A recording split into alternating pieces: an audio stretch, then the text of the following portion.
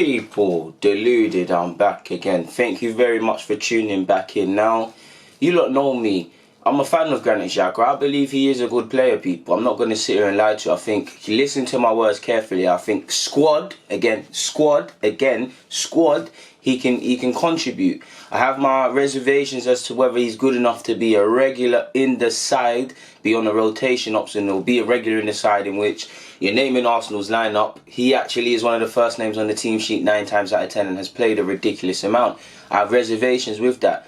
For me, I'm a fan of Xhaka. I like Xhaka. I mean, regardless of what you think of his ability, and I know he fouls people and things, but Xhaka, you guess this could apply to Kolasinac as well. I kind of like that they got a bit of edginess around them. I like how Xhaka doesn't like getting roughed up. And as Arsenal fans, maybe if we go back 3-4 years ago to signify the point even more, how many times did it look like our players were being bullied and scared? I like how, for whatever other criticism I have of Xhaka, I like how his mentality is there, man, and things like that. I think he's decent for the squad. I just personally, I think for Emery, I think Xhaka is a hell of a hill to die on. I think we'll never know who Emery rates and doesn't truly rate people, because some of the players that have left, obviously, I think Iwobi was a bit different because we're trying to make money and we've sold some players, and 35 to 40 million for Iwobi is good money. I want Iwobi to develop and make it and make people question why Arsenal let him go. But at this moment in time, that's good money. But Iwobi played a ridiculous amount under Emery.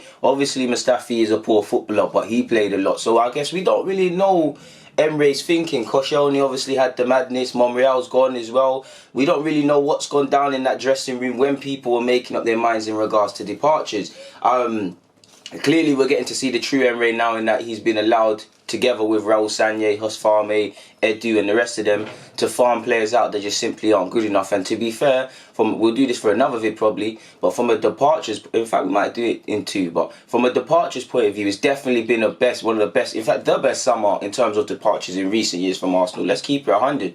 We've made money on young players, we've got players off the books, some have had to be moved on loan, but we've got, finally there's a playing squad, and the only 2 people that polarise opinion is probably Granit Xhaka and Mesut Ozil off the top of my head in regards to can they contribute. For me, I think Xhaka's a decent player. I've not criticised him. I think he's got ability.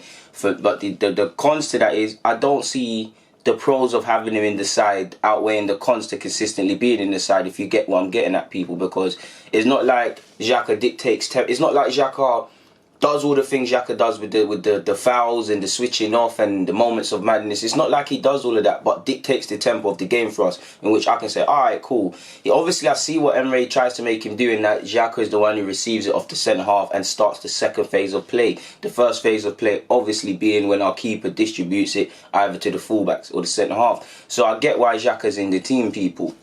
I get why Emery plays him. I just don't see what he offers. It's not like he does what he does, but he dictates the tempo of the game and gets us going in an attacking sense, where we can say, okay, cool, he might be a liability defensively, but what he gives us in an attacking sense is, you see what I'm saying? Defensively, if he still made these errors, but he was screening the defence and protecting us and all of these sort of things, then I could say, alright, cool. But we don't really know what player Xhaka is. He's described himself as a false 10. We all know he's probably not box to box, a deep lying playmaker by trade, a false 10 like he said. He looks more comfortable in the Switzerland side, and for me, he does look more comfortable in the 3 in midfield.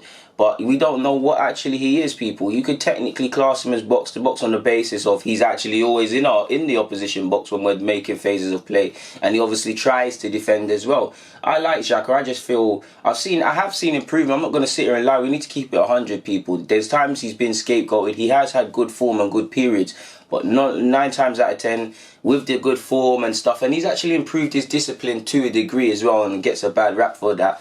But 9 times out of 10, brainless decisions, like you saw with the penalty, like you see switching off in many incidences, silly passes in areas which is dangerous. No real urgency in Xhaka's game for me. His long range passing is good, and he's got a pass on him, and he can do short range, but at times I think he struggles with that. The main pet peeve for me potentially is the lack of mobility in the side that he comes with, because I do think Torreira and whoever have to work 10 times harder, because Xhaka is not able to get up and down the field. And I wouldn't say Xhaka knows his capabilities, and that if he recognised his shortcomings and played accordingly, it would be cool. But you see him all over the field. And I feel him being the captain and being a regular in the team, and to be honest, you could argue because Xhaka is a regular in the team, they stretch game time for others. We've got to be looking at his performance. I want him to turn it around. I like Xhaka. I think Xhaka in the squad is decent. For me, you can get away with him in games where you dominate at home. Squad, like I said, there's a lot of fixture games to be played in the fixture list. So Xhaka would be in my squad, people. But for me, nine times out of 10 starting lineup, I don't think he would be. That's my bias towards. I want players that can cover more ground. Like for me, I think Emery's really going to look at Xhaka's position over the next 12 months or however long the season has left, because that is an area for me. I think we need a box-to-box midfielder anyway, someone a bit tenacious that can contribute going forward. That would be a good option to have with Torreira and Guendouzi, or with a 10 like Ceballos or something, and two of them. I think that's what we're missing. And personally, you have heard Xhaka linked with moves away. Depending on it, if a club comes in with 40 odd million, which we paid for him, we've got to let him go, to be fair, because I don't see. I like Xhaka. I'm a big fan of Xhaka, but I don't see what he brings to the team. I love my football club more. I don't see what he brings to the team to be starting on a regular basis. I can see why Emery's named him captain, because regardless of poor form or whatever, he stands up to be counted. But with being captain, with being a regular, comes more expectations, and 9 times out of 10, they're just not there. Like I said, I do think Xhaka is scapegoated unnecessarily at times. But it is what it is, man. I do think Emery, that's a hill to die on, man, and that might harm you, to be fair with you. And I personally wouldn't want to rely on Xhaka. Again, people will look at other midfield options. Ceballos, Torreira and Guendouzi would be options for me. We'll look based on form as well. Again, Xhaka's got different strengths to them, and I see why Xhaka gets in the side ahead of them, but I don't see why Torreira or Guendouzi can't receive the ball for centre-halves. What actually separates... What has Xhaka got in his locker that Torreira and Guendouzi don't have, really, people? Torreira, I do think he could show more on the ball, but he can pass a football, surely. Guendouzi, sure as hell. Ceballos shouldn't necessarily play in the same Xhaka role, but he could play in an 8 or 10. So you can mix and match the midfield and still get that. I don't see what Xhaka gives us that he has to be in the lineup 9 times out of 10. This isn't me being overcritical. This is just me loving my club and using my eyes, people. Like I said, Xhaka does go in periods of good form and it doesn't get spoken about. So it is what it is. But moving on from that, in terms of the window, what would you lot give the window out of 10, people? Personally, I'll give it overall. I know I'm a bit late with this vid, but overall, I'd potentially give it a 9. I waited because now the window's officially closed, and while Mustafi's not gone, it is what it is. I've given us a 9 and not a 10 out of 10. That 1 mark is for Mustafi, people. And again, we probably tried as hell as we could to get Mustafi moved on, and it just wouldn't happen. If we got Mustafi moved on, it would have been a 10 out of 10 season, people. I'm not going to speak about the incomings because we've already spoken about them, and we see what Pepe's given us. People say Pepe is frustrating, and I did say this in my preview when he signed that he would be like this. But statistically, he's taking people on and he's terrorising defences of sorts. It will happen for him. Obviously, Saliba's next season. Ceballos on loan's a good addition. Luis played well against Spurs, but the error against Liverpool, you know what you're going to get with him. And the rest of them, people, it's been a good window in terms of incomings. I'm very happy with the outgoings, people. We've got Eldene gone on loan. Hopefully that turns into a permanent, or he can play in form for Besiktas, in which it interests other parties. Mkhitaryan, the latest to go out on loan to Roma, where they're covering his wages. There's a bit of a conflict in regards to, is there an option to buy? But again, you're hoping that he plays in decent form to tempt them to take him on permanently, or tempt other clubs, because El Nene, Mustafi and Mkhitaryan, you'd imagine, should be free out of the door next summer if their situations are changed. Obviously, we got 10 million for Bielik, which could look like pennies in the future, but from an Arsenal standard, that's a decent return. Nawakale's just joined Helleska on loan. I mean, not on a free transfer, so we're freeing up wages. Jenkinson obviously went to Forest, freeing up wages, spots, and giving us a little pennies to move with. 35 to 40 million for Iwobi is very good, and the hallmark for me of all the departures. Monreal left to join Sociedad, for which I would say is an undisclosed fee. A bit shaky as to whether we let Monreal go or not, but Kolasinac is there and he played alright against Spurs. Tierney hopefully is fit after the international break. So you've got 2 players, one in their early 20s, one in their mid-20s or so. Well, Kolasinac's technically early 20s, ready to fight for that left-back spot. So in terms of getting one in and one out and having 2 to fight for that, guess it's decent business. Welbeck obviously freed up wages, going for free. Ospina was let go. Amici brought in 2.5 million with a sell-on clause. We let Osano go. Lichtsteiner went. Thompson left at Arsenal as well. Or Spina left, so we got a lot of players off the wage books in terms of free transfers, selling them, and if it was a loan move, we're making other clubs take up a significant part of their wages, which is freeing up wages and whatnot. Apparently, we've got 10 million a year off the wage bill just from Mkhitaryan going out on loan. The last one is many people will look at Mesut Ozil and whatnot and say he needs to be moved on, and that might be true. But considering Mkhitaryan's gone, Iwobi's gone, players that you would look to, I know Iwobi predominantly played on the flanks, but creative sort of players, could Ozil and Emery have buried the hatchet and they're just going to ride together until his contract's up because he has no plans to move? I don't know, because you're looking at creative sort of players in our squad. I think at a push, you've got Emil Smith-Rowe, who's injured but can step up into that. Nelson can actually play in the 10 as much as the flanks, although that's not him long term. You've got Ceballos. Willock, I prefer Willock behind the sort of 10 role, the guy who does the Ramsey stuff, but Willock can play there, and then you've probably got Mesut Ozil. So at least for this season, or maybe even next season, you need that option in the squad. I personally feel, like I said at the start of this vid, box-to-box midfielder, and if Ceballos isn't going to sign permanently, a creative sort of, that creative force in the middle is what we need. If we can find a box-to-box midfielder that can contribute in a creative sense, I'm asking for a lot, that would be welcome too, people. I'm not going to turn that down. So I think it's been a top season, man. We got Asano off the wage books, someone who just wasn't good enough and couldn't get a work permit. Same with Noah Kale. We freed up a lot of wages and got some money in, and most importantly, there's a playing squad for Emery to use, in which he believes in all of these players. He's got young players, he's got seasoned pros, he's got some players in which I describe as the twilight era, like Luiz. Like, they're not going to have long left as professional footballers, but either way, he wanted them all. I know you hear rumours he had concerns over Torreira's physicality and height, but since he's come, he's loved him. He's got a squad. Many people will look and say some of these players were signed under Wenger, but this is Emery's squad now. He wants to play Xhaka, who I mentioned earlier, on a frequent basis. He wanted to bring in several players. He wanted to keep Chambers, who might have got a decent fee for us. This is his squad now, people. He wanted to let Monreal go. Turney's there. Wanted to clearly keep Ozil, because normally he plays coy on the Ozil stuff, but he said Ozil's not going to leave and whatnot. So he's got a player staff, and that's what it's about. Emery it's not perfect, but it's about Emery having a platform to try and accomplish his goals. So first and foremost, getting into the Champions League via top 4, and obviously we want to go one better in the Europa League and actually just go and win it, to be fair, because us and United, unless other teams drop in, which they will, from the Champions League, we're expected to go all the way. Because like I said last season, on one hand it was great that we got to the final, and a great achievement by our manager and by the club and the players and whatnot, but by the other stretch of that, as much as I praise it, it's business as usual. It's to be expected. Look, at no disrespect to the sides in the Europa League, Chelsea and Arsenal, if they didn't reach the final, considering that they didn't, yeah, we had to play Napoli and Valencia, but it weren't a madness. It weren't like Atletico Madrid, people. There'd be question marks. Do you get it, people? So I think we've done well. I also feel in terms of loaning out young players, we've done quite well. Obviously, Daniel Ballard has returned to Arsenal because sadly he got injured, but he went on loan very quickly, as did Tutu. Eddie Nketiah has found a good place in Leeds. Hopefully he gets to start some games very soon.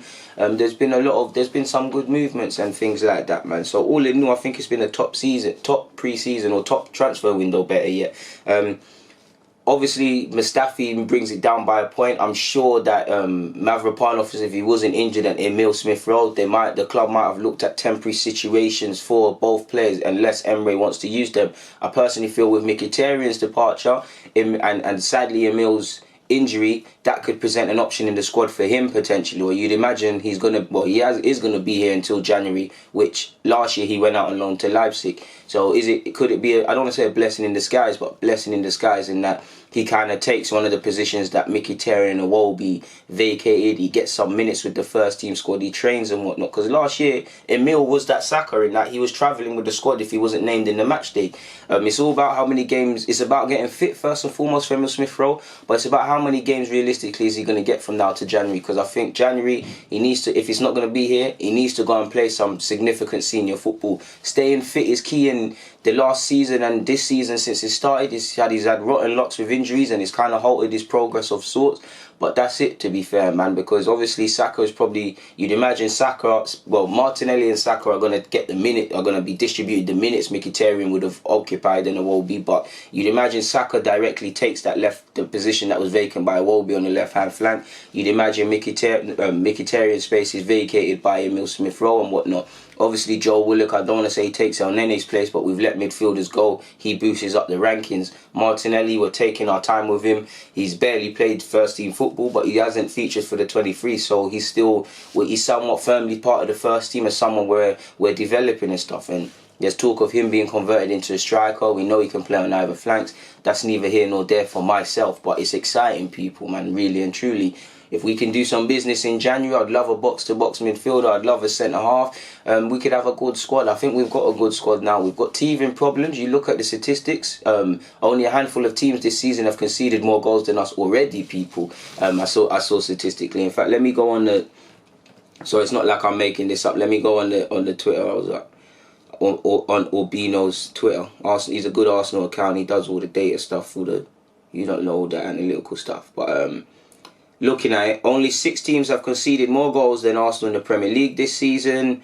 Harry Kane has scored 10 goals against Arsenal, but 5 of the last 6 have been penalties, which either shows you he likes to dive or that we need to stop fouling, guys.